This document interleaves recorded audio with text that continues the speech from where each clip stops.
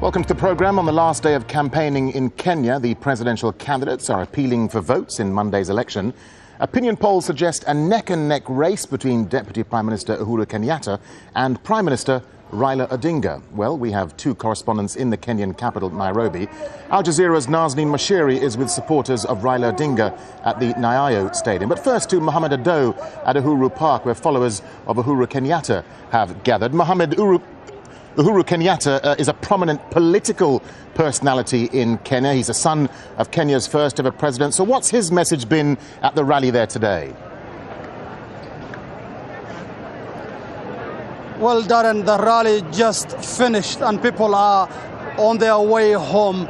In their speeches, Uhuru Kenyatta, the presidential candidate for the Jubilee coalition, and his running mate, William Ruto, used their speeches to send a message of peace and goodwill to their supporters. They have asked them to ensure security and make sure that Kenya passes through these elections peacefully. This is in light of the last elections being violent immediately after the results were disputed, and it was followed by tribal violence that led to the deaths of more than 1,300 people. They also used the last campaign rally held in Nairobi to appeal to their supporters to come out in large numbers and vote so that the election is concluded on the first round. Unless there is a candidate getting more than 50% of the votes cast, then there has to be a runoff. And what we know is that the best chance that the Jubilee coalition has to win these elections is in the first round, because in case it goes to a runoff, there is the possibility of some of the other presidential candidates siding with Raila Odinga and handing him the triumph. Mohammed, just briefly, Uhuru Kenyatta has been accused in the past of orchestrating some of that ethnic violence that you were talking about there after the 2007 election. He's due to go to The Hague on trial next month. Could those ICC charges become a big hurdle for him? Well, they have been a thorn in the flesh, if I can put it that way, for Uhuru Kenyatta. The ICC charges are absolutely going to deny him so many votes, because there are many Kenyans who are apprehensive about the possibility of someone who has the crimes against humanity charges hanging over their head. However, Uhuru Kenyatta maintains he is innocent and that those are trumped up charges, and this is what his supporters believe. So what they are saying right now, have been telling their supporters, is Kenya is a sovereign state and Kenyans have the right to choose their leaders, and therefore in that light is how they are continuing to clamour for the presidency and his deputy. All right, Mohamed Ado there with supporters of Uhuru Kenyatta. Mohamed, thank you. Let's cross over now to Nazneen Mashiri, who is at the Raila Odinga rally. Nazneen, this is Odinga's third attempt at the presidency, but he's clearly one of the front runners in this race. What's he been telling people there?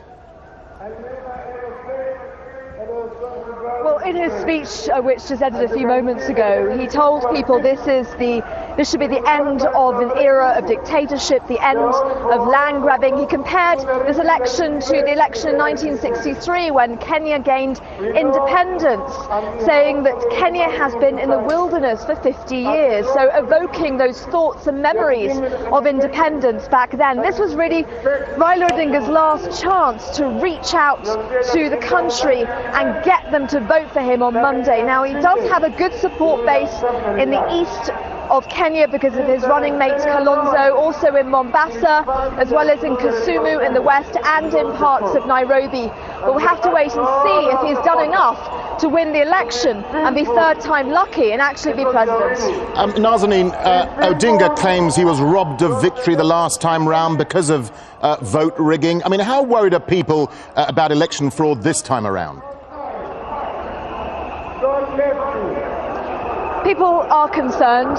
Kenyan Human Rights Commission came out with its version of evidence of what it says is vote buying going on a grand scale across the country on all sides, not just of Raila Odinga's party, but also Uhuru Kenyatta's party as well. But the Electoral Boundaries Commission here in Kenya has done its best, it says, to ensure that there is no rigging in this election. The feed of the actual results will come out live. Everybody will be able to see it coming out of the polling stations around the country. But what people people are really concerned about is that if one of these two men lose, and one of them will lose on Monday, if one of them loses, will their supporters concede the result? Will they say, yes, we've lost, and Uhuru Kenyatta or Raila Odinga is president? That's the problem. That is what could cause issues here.